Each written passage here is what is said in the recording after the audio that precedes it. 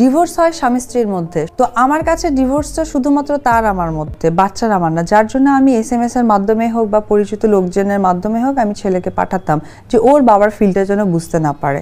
হ্যাঁ, অনেকের বাবা তো দেশের বাইরে থাকে, সো কন্টিনিউ দেখা হওয়ার দরকার নেই, 2-4 দিন পর পর দেখা হতে পারে, এবং ছেলেকে নিয়ে যেন কোনো খাতা কলম প্রেস না আসে।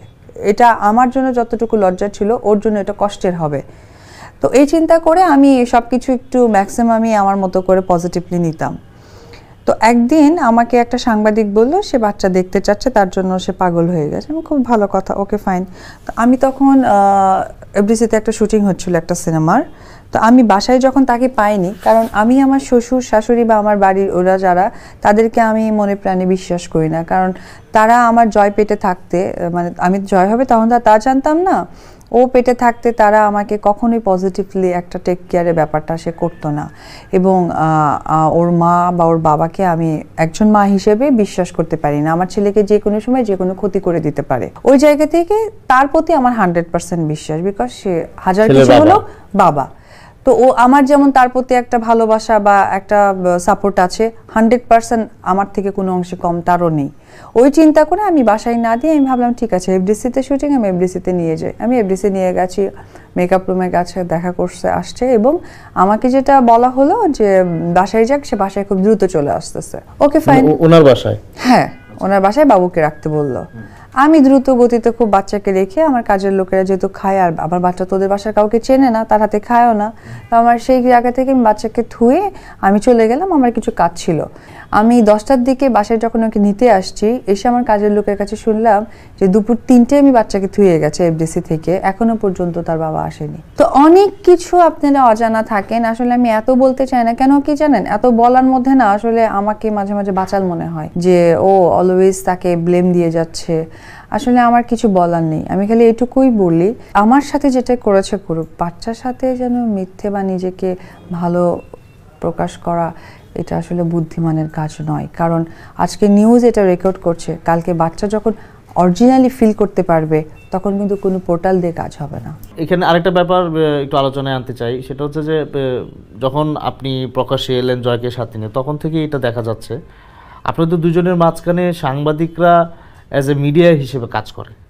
শাকিব খান ছেলেকে দেখতে চায়, সেটা সাংবাদিকের মাধ্যমে আপনার কাছে পৌঁছায়, বা আপনি শাকিব খানের কিছু চাচ্ছেন, সেটাও সাংবাদিকের মাধ্যমে ওনার কাছে যাচ্ছে।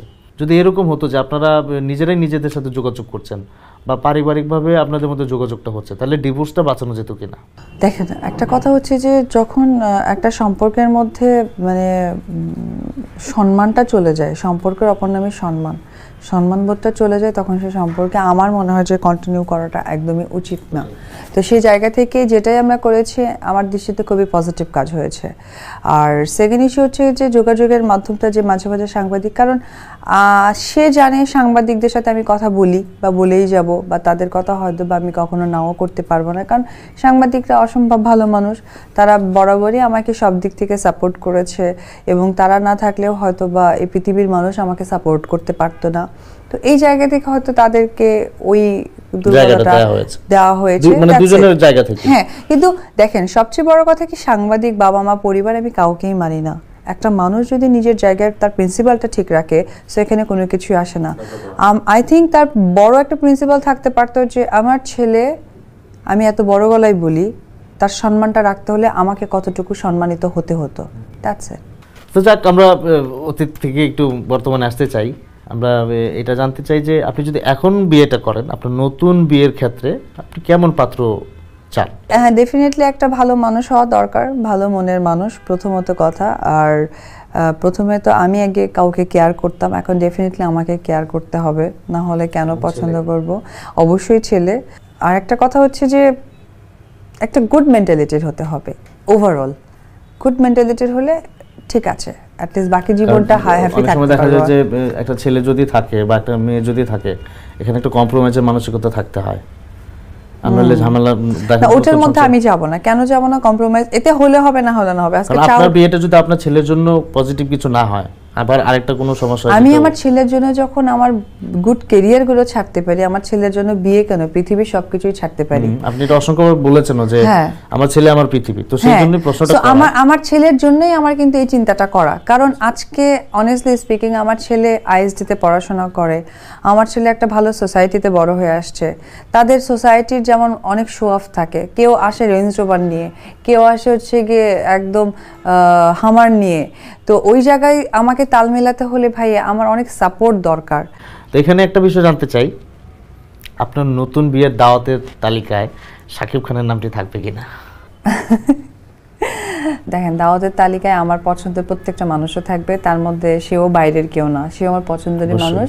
একদিক থেকে একটা ভালো সময় তার সাথে আমার কেটেছে, একদিক থেকে ভালো ভালো সিনেমাও আমরা উপহার দিয়েছি লং টাইম কাজের মধ্য দিয়ে।